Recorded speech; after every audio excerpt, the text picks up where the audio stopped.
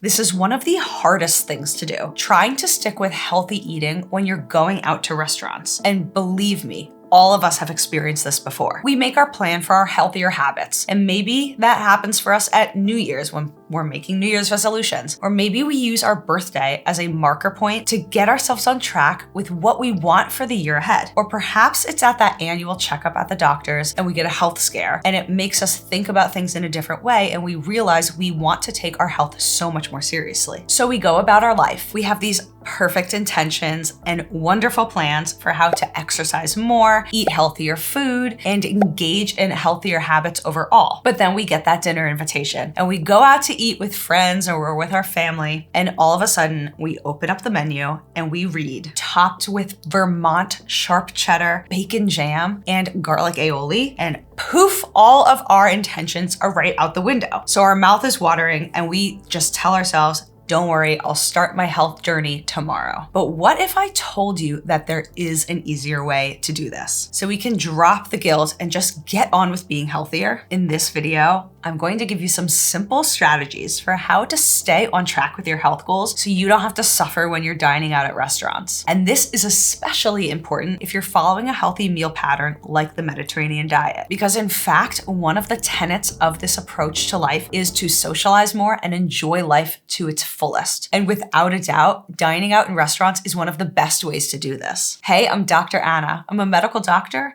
I was trained in Italy, and on this channel, you are going to master your health. All right, let's jump right into it. So here's the first habit that you can adopt to your own life to stay fit and healthy when eating out, and that is to eat slowly and stop when you're full. Now, eating slowly is a crucial aspect of enhancing our digestive process. Digestion really starts in our brain, and what happens is when we're in front of food and we start smelling the food and seeing the food, our brain is already sending signals down to our stomach to get some enzymatic juices flowing and to stimulate certain hormones that are going to aid in this process. So believe it or not, the moment that you enter a restaurant is when your digestion is really starting. Now, once that food enters into your body, that is when all the chemistry is really happening. So we want to allow enough time for all of the breakdown to occur so that we're extracting all of the nutrition into our bloodstream and into our cells. Now, if that sounds really technical, on a more practical note, slowing down our chewing is just going to make everything taste so much better. And you can forget all of this if you're eating too quickly. Additionally, think about the cuisines of the Mediterranean region. I'm talking about Spanish, Southern French, Italian, Greek, Turkish, Tunisian, you name it. All of these cultures have food that is so flavorful and it's very dynamic and balanced with herbs, spices, aromatic oils, and none of that can be truly enjoyed if all the food is rushed and scarfed down in just a few minutes. On the contrary, these cultures are famous for having these long, slow meals that are often social. So the two things really go hand in hand. So now you can appreciate why the Mediterranean diet is all about flavorful food. And also, following this advice, you're going to feel when you're full so much better. One of the issues we have in our modern society is that we live so fast-paced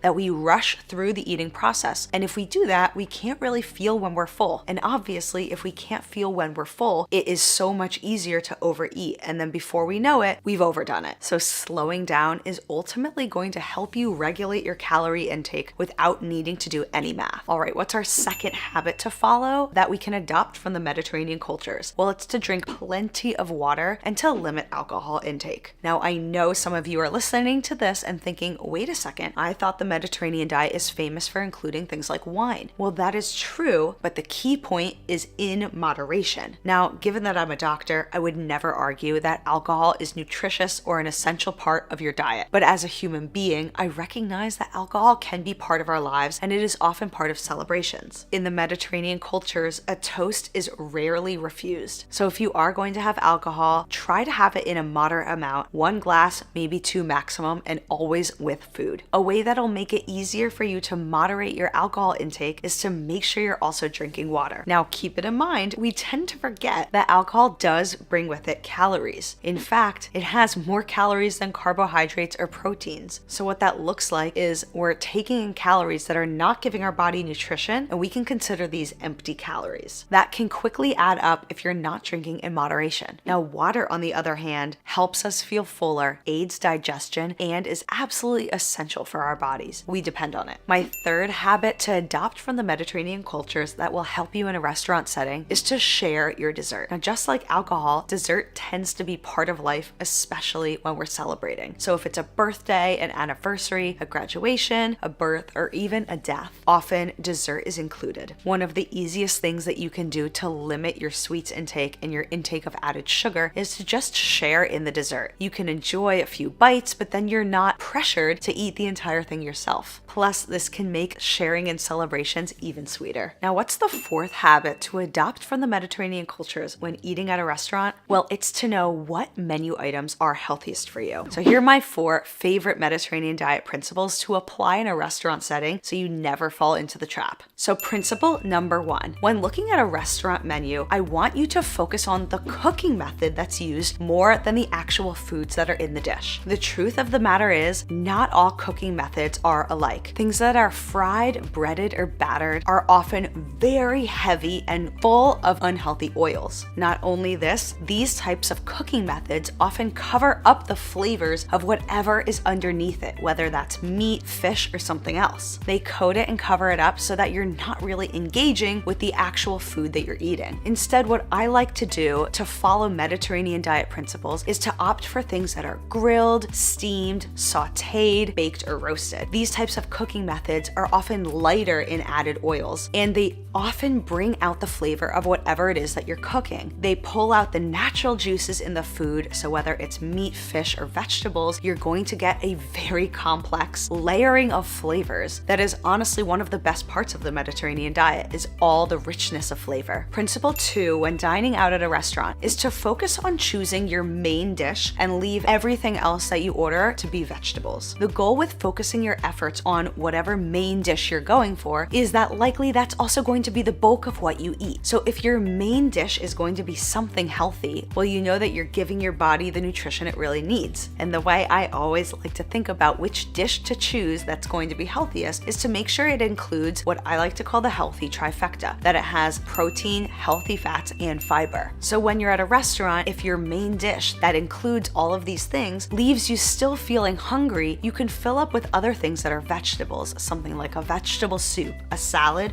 or a side of vegetables that might be grilled, steamed, sautéed, or roasted in the oven. This approach of choosing your main healthy dish and then other vegetables to include is going to help you feel full on the right things. Now, my third principle for you when eating out at a restaurant is to make sure that whatever you're ordering for your meal is loaded with protein. Choosing the focus of your dish to be a source of lean protein, whether that's beans or lentils, whether that's fish, or whether that's lean poultry like turkey or chicken, or even certain cuts of red meat, is going to be setting your metabolism up for success and leave you feeling full and satisfied. Now, a little trick I like to do is that in general, according to the Mediterranean diet, red meat is not the focus, and it is not something that we want to be eating on a daily basis. It's usually eaten in lesser amounts, maybe just a couple of times a week maximum. So in general, I'm eating most of my meals at home and then a few times a week going out to a restaurant. With this balance, I tend to not buy red meat for cooking at my house. Instead, I save red meat as a treat for when I'm out at a restaurant, so that when I'm looking at a menu and I see things like steak, a burger, lamb chops, meatballs, that would be a time when I can indulge and enjoy that item, because I know overall I'm not eating that kind of a thing on a daily basis. This can make things more enjoyable when you're out at a restaurant eating in a social setting. Maybe you're with friends, family, or colleagues, and you don't necessarily want fingers pointed at you for trying to eat certain things or making other people look bad if they're not choosing to eat those types of things. Unfortunately, these stigmas do exist in our society, but balancing out the times when you are going to order red meat is a perfect approach. Okay, so at this point, you are loaded up with great ideas for how to stay healthy and well in a restaurant setting. But what about also applying this to when we're eating at home, which for most of us is going to be the bulk of our meals? Don't worry, I got you covered here. I have my complete guide that covers meal ideas for every meal of the day, from breakfast even through dessert. Jump on into that video. You're gonna love it, and I'll see you in there.